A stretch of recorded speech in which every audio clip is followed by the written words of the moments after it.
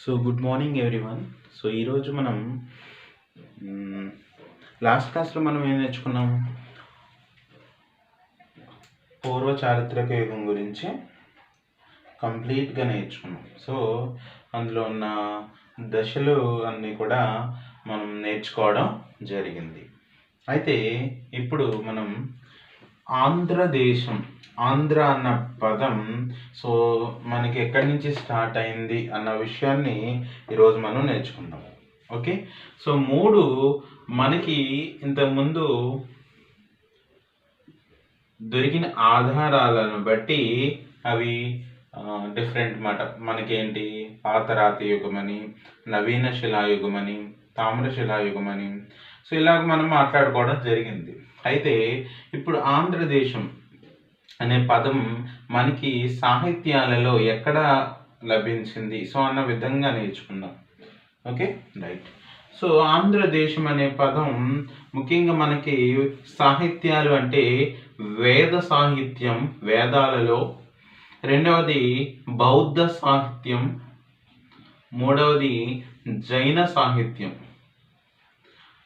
So వీటిలో ఎక్కడ ఏమని చెప్పబడింది అన్న విషయం మనం నేర్చుకోవాలి. ఫ్రీక్వెంట్గా ఏదో ఒక బిట్ అనేది మనకి రావడం జరుగుతుంది. ఓకే, జాగ్రత్తగా నేర్చుకుందాం. సో జాగ్రత్తగా వినండి అమ్మా.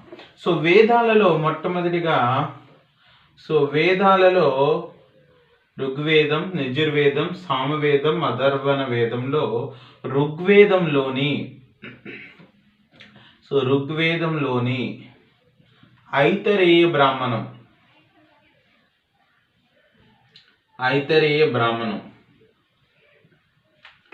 ఋగ్వేదంలోని ఐతరేయ బ్రాహ్మణంలో మనకి ఆంధ్ర అనే పదం మొట్టమొదటిగా కనిపిస్తుంది. ఋగ్వేదంలోని ఐతరేయ బ్రాహ్మణంలో ఆంధ్ర అన్న పదం కనిపిస్తుంది. Okay, right. ఇది ఋగ్వేదంలో భాగం మాట, ఐతరేయ బ్రాహ్మణం. ఓకే, జాగ్రత్తగా వినండి అమ్మ. అయితే మొట్టమొదటిగా ఆంధ్ర అన్న పదం ఋగ్వేదంలోని ఐతరేయ బ్రాహ్మణంలో మనకి కనిపిస్తుంది. రైట్. సో ఇక్కడ మనకి సునస్సేపుని కథలో ఎక్కడంటే సునస్సేపుని కథలో ఏంటి? సునస్సేపుని కథ అంటే మీకు బ్రీఫ్గా చిన్నగా ఎక్స్ప్లెయిన్ చేస్తాను, వినండి. విశ్వామిత్రుడు సునస్సేపుణ్ణి తన ఇంటికి ఆహ్వానించినప్పుడు విశ్వామిత్రుని యొక్క కుమారులకు సునస్సేపుడు నచ్చడు. అందువల్ల ఇతని గురించి చెడుగా మాట్లాడుకుంటారు. సో మాట్లాడుకోవడంతో ఈ విశ్వామిత్రుడు ఏం చేస్తాడంటే, మన ఇంటికి వచ్చిన అతిథి మీద మీరు ఇలా మాట్లాడుతున్నారు అని చెప్పి విశ్వామిత్రుని కుమారులను కొన్ని జాతులుగా మారిపోమంటాడు. ఓకే, అవి ఆంధ్ర, అందక, శబరి, మూతిబా, ఇవి ఇంకొకటి పులింద. సో ఆంధ్ర, అందక, శబరి, మూతిబా, పులింద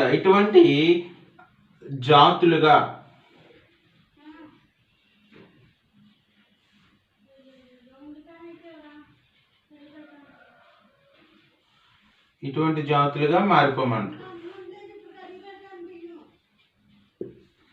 ఓకే, ఆంధ్ర, అందక, శబరి, మూతిబ, పులింద ఇటువంటి జాతులుగా మారిపోండి అని శపించడం జరుగుతుంది. ఓకే, అందులో ఆంధ్ర అన్న పదం అనేది కనిపించడం జరుగుతుంది. Okay, right. So right, next ఏంటంటే ఇంకెక్కడ ఉంది ఈ పదము అంటే జాగ్రత్తగా వినండి. మనకి విదర్భ రాజు అయినటువంటి భీమసేనుడికి సరిహద్దుగా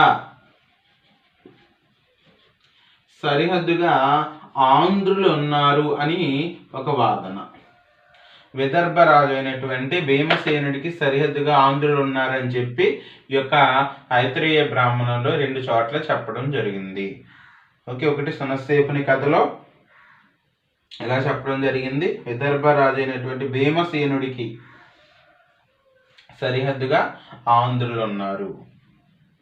ఓకే, సో ఇది ఇంపార్టెంట్. రైట్, నెక్స్ట్ మనం ఋగ్వేదంలో ఏమని చెప్పబడింది వేదాల్లో నేర్చుకున్నాం. నెక్స్ట్ రెండవది, మరి మనకి ఉపనిషత్తులైనటువంటి మహాభారతం, రామాయణ మహాభారతాల్లో ఎక్కడైనా సరే ప్రస్తావన ఉందా అన్నది ఒకసారి చూద్దాం. తర్వాత బౌద్ధ జైన గురించి నేర్చుకుందాం. రైట్, మహాభారతం నెక్స్ట్ నోట్ చేసుకున్నాం. మహాభారతం, సో మహాభారతంలో ఎక్కడైనా చెప్పబడిందా మహాభారతం? మనకి భారతదేశంలో ఇక్కడున్న వింధ్యా పర్వతాలను దాటి దక్షిణాన ప్రవేశించిన మొట్టమొదటి వ్యక్తి ఎవరు అంటే, వింధ్యా పర్వతాలను దాటి ప్రవేశించిన వాడు ఎవరంటే అగస్త్యుడు. అగస్త్యుడు ఓకే, ఇందులో ఏం చెప్తుందంటే అగస్త్యుడు ఈ వింధ్యా పర్వతాలను దాటి దక్షిణాన ప్రవేశించాడు అనే విషయం కూడా చెప్తుంది. ఈ అగస్త్యుణ్ణి దక్షిణ భారతదేశ వాస్కోడి గామా అంటారంట. దక్షిణ భారతదేశ వాస్కోడి గామా. సో వింధ్యా పర్వతాలను దాటి దక్షిణాన ప్రవేశించిన మొట్టమొదటి వ్యక్తి ఎవరు అని క్వశ్చన్ అడిగితే అగస్త్యుడు అని మనకి మహాభారతంలో చెప్పబడింది. రైట్, నెక్స్ట్ మరి మహాభారతంలో ఏమైనా ఆంధ్రుల ప్రస్తావన ఉందా అంటే ఏమని చెప్పబడిందంటే, మహాభారతంలో ద్రవిడులు, ఓకే, ద్రవిడులు, నెక్స్ట్ ఆంధ్ర, పాండ్య మహారాజు అంటాం, ఆంధ్ర, పాండ్య, కేరళ, సో ఈ ప్రజలు ఉన్నారు అని తెలుస్తుంది. ఏం చెప్తుంది? ఒకటేమో వింధ్యా పర్వతాలను దాటి దక్షిణాన ప్రవేశించిన మొట్టమొదటి వ్యక్తిగా అగస్త్యుడిని దక్షిణ భారతదేశ వాస్కోడి గామా అంటారు. సో అదేవిధంగా ఈ ద్రవిడ, ఆంధ్ర, పాండ్య, కేరళ ప్రజలు ఉన్నారు అని మహాభారతంలో మనకి తెలుస్తుంది. అదేవిధంగా ఇంకొక విషయం ఏంటంటే, ద్రౌపది స్వయంవరానికి ఈ ఆంధ్రులు వచ్చారు అని చెప్పడం జరుగుతుంది. అంటే అలాగనరు కానీ అంధకులు వచ్చారు అని చెప్పడం జరుగుతుంది. సో ద్రౌపది స్వయంవరానికి అంధకులు, సో అంధకులు వచ్చారు అని చెప్పడం జరుగుతుంది. అంధకులు. ఇంకొక విషయం ఏంటంటే, ఈ యొక్క కురుక్షేత్రంలో కౌరవుల పక్షాన ఆంధ్రులు ఉన్నారు అని చెప్పడం జరుగుతుంది. ఓకే, కురుక్షేత్రంలో కౌరవుల పక్షాన ఆంధ్రులు ఉన్నారు అనే విషయం. సో 4 విషయాలు. అగస్త్యుడు వింధ్యా పర్వతాలను దాటి దక్షిణాన ప్రవేశించాడు. తర్వాత మహాభారతంలో ద్రవిడ, ఆంధ్ర, పాండ్య, కేరళ ప్రజల గురించి మాట్లాడడం. మూడవది ఈ ద్రౌపది స్వయంవరానికి అంధకులు వచ్చారు, వాళ్ళే ఆంధ్రులు అని ఒక మాట. 4వది కౌరవుల పక్షాన కురుక్షేత్రంలో ఆంధ్రులు ఉన్నారు అని ఒక విషయం. Okay, right.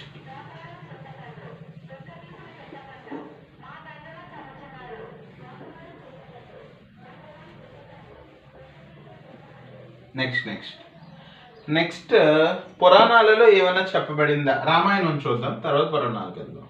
సో రామాయణంలో మనకి 2 ప్రదేశాలు కనిపిస్తాయి. ఒకటి పంచవటి,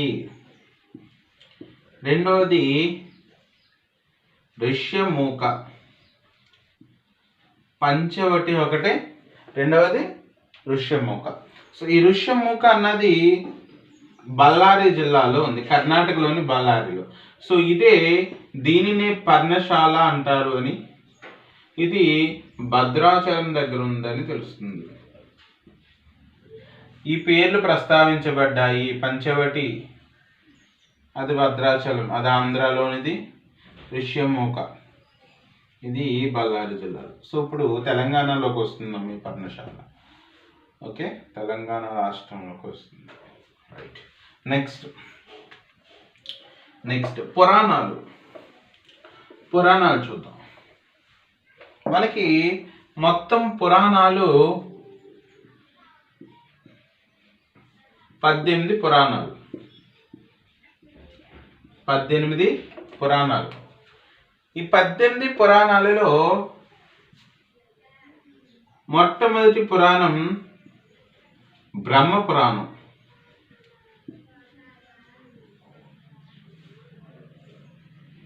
చివరిది బ్రహ్మాండ పురాణం. బ్రహ్మ పురాణం, బ్రహ్మాండ పురాణం. సో ఇది ఫస్ట్ది, ఇది లాస్ట్ది, 18 అనుకోవచ్చు. ఓకే. సో మిగతా ఇంపార్టెంట్ పురాణాల్లో మత్స్య పురాణం ఉంది, వాయు పురాణం, విష్ణు పురాణం, భాగవత పురాణం,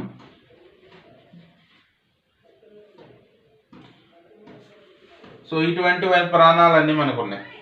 మత్స్య పురాణం, వాయు పురాణం, విష్ణు పురాణం, భాగవత పురాణం. ఇందులో గుర్తుపెట్టుకున్నాము. సో ఇంపార్టెంట్, ఈ పాయింట్ అనేది ఇంపార్టెంట్. ఓకే. ఇందులో మత్స్య పురాణం, భాగవత పురాణం ఆంధ్రులను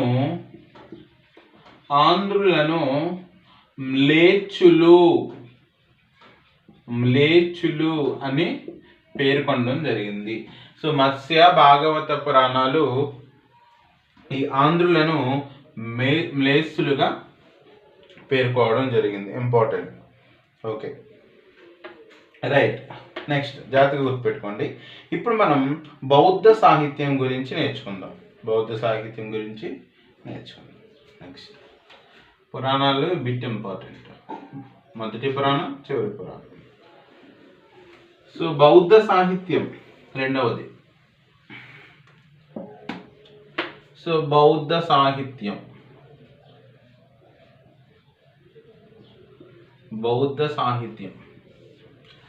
ఇప్పుడు బౌద్ధ సాహిత్యం అంటే ఈ యొక్క బౌద్ధ మత గ్రంథాలు నేర్చుకుందాం.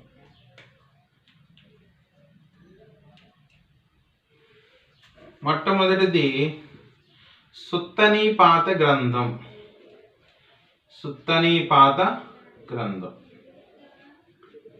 సో బౌద్ధ మత గ్రంథమైన సుత్తనీపాత గ్రంథంలో బావరి వృత్తాంతం,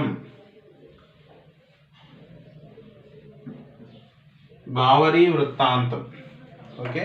సుత్తనీపాత గ్రంథంలో బావరి వృత్తాంతం గురించి చెప్పినప్పుడు మనకి ఒక ప్రస్తావన వస్తుంది. జాగ్రత్తగా వినండి అమ్మ.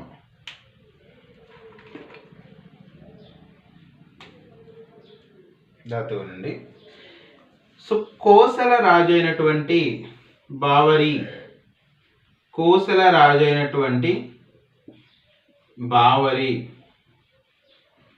ఎవరు? బావరి వృత్తాంతం అంటే కోసల రాజు అయినటువంటి బావరి ఏం చేశాడంటే ఈ కోసల రాజు గురువు అమ్మ బావరి. ఈ కోసల రాజు గురువు అయినటువంటి బావరి ఏం చేశాడు అంటే తను దక్షిణ దేశానికి వచ్చి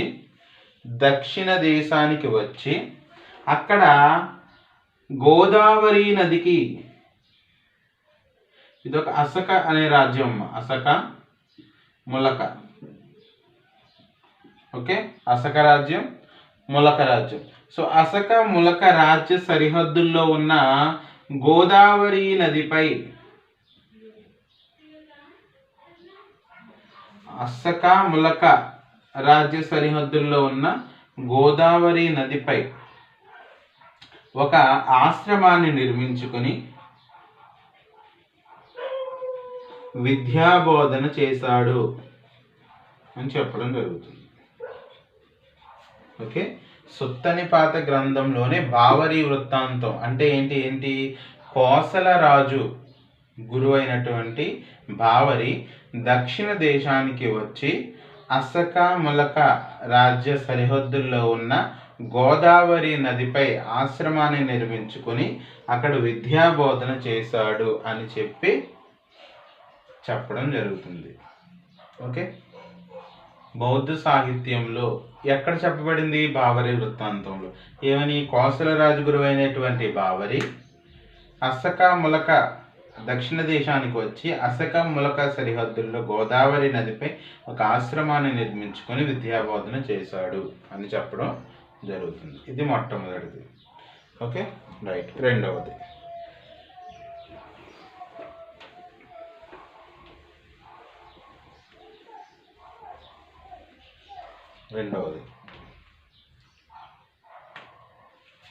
విమానవత్తు భాష్యం. ఇదొక బౌద్ధ మత గ్రంథం. బౌద్ధ సాహిత్యంలో రెండవది విమానవత్తు భాష్యం.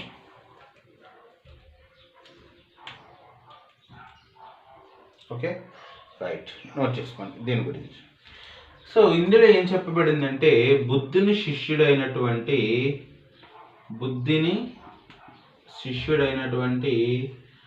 మహాకాత్యాయనుడు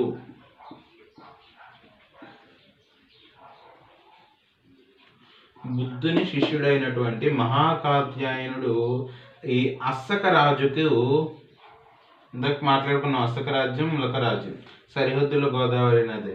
సో అస్సక రాజుకు బౌద్ధ మతం ఇచ్చాడు. బుద్ధుని శిష్యుడైనటువంటి మహాకాత్యాయనుడు ఈ అస్సక రాజుకు బౌద్ధ మతాన్ని ఇచ్చాడు.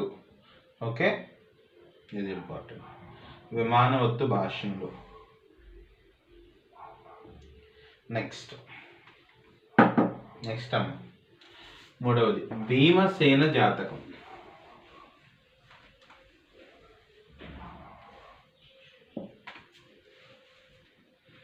భీమసేన జాతకం.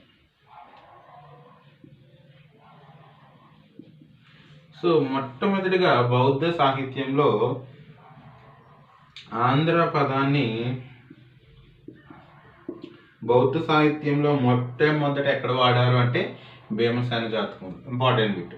సో బౌద్ధ సాహిత్యంలో ఆంధ్ర పదాన్ని మొట్టమొదట ఎక్కడ వాడారు అంటే భీమసేన జాతకంలో. ఓకే,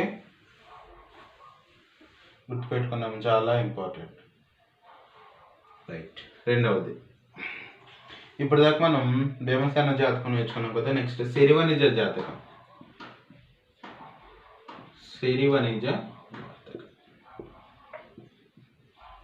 ఇందులో ఈ జాతక కథలలో భీమసేన జాతక కథ, సిరివనిజ జాతక కథలలో ఏమని చెప్పబడింది అంటే ఇందులో ఆంధ్రా నగరి అనే పదాన్ని వాడడం జరిగింది. ఆంధ్రా నగరి. దీన్ని ధాన్య కటకం అని కూడా అంటారు. ధాన్య కటకం, ఆంధ్రా నగరి, దీన్నే ధాన్య కటకం అని కూడా అంటారు. సో నోట్ చేసుకోండి, ఇది ఇంపార్టెంట్. ఫస్ట్ బౌద్ధ సాహిత్యంలో మొట్టమొదటి ఆంధ్ర పదాన్ని ఎక్కడ వాడారంటే భీమసేన జాతకంలో. సో ఆంధ్రా నగరి అని ఎక్కడ పేర్కొనబడింది? సిరివనిజ జాతకంలో. ఓకే, సో ఇది వేదాలైన బౌద్ధ సాహిత్యం అయింది. నెక్స్ట్ జైన సాహిత్యం గురించి నోట్ చేసుకోండి. సో ఓకే, నెక్స్ట్ జైన సాహిత్యం. లాస్ట్ది జైన సాహిత్యం. సో జైన సాహిత్యానికి వచ్చేటప్పటికి ధర్మామృతం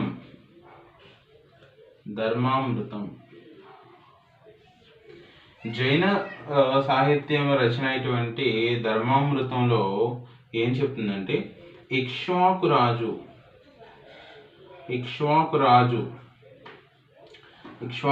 అయినటువంటి ఇక్ష్వాకుల రాజు ప్రతిపాలపురం, దీన్ని బట్టి ప్రోలు అంటారు.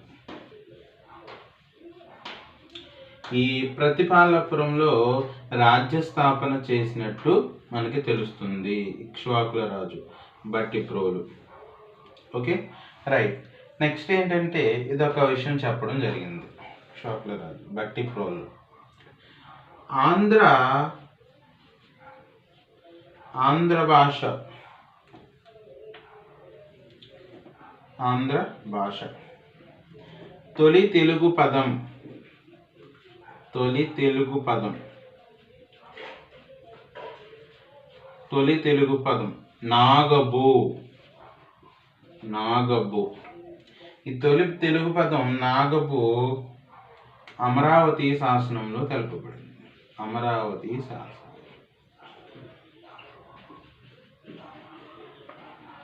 అమరావతి శాసనం. సో అమరావతి శాసనంలో చెప్పబడిన మొట్టమొదటి తెలుగు పదం ఏంటంటే నాగబు. ఇది ఆంధ్రదేశం గురించి. సో నెక్స్ట్ క్లాస్లో మిగతా విషయాలు నేర్చుకుందాం. Okay, thank you.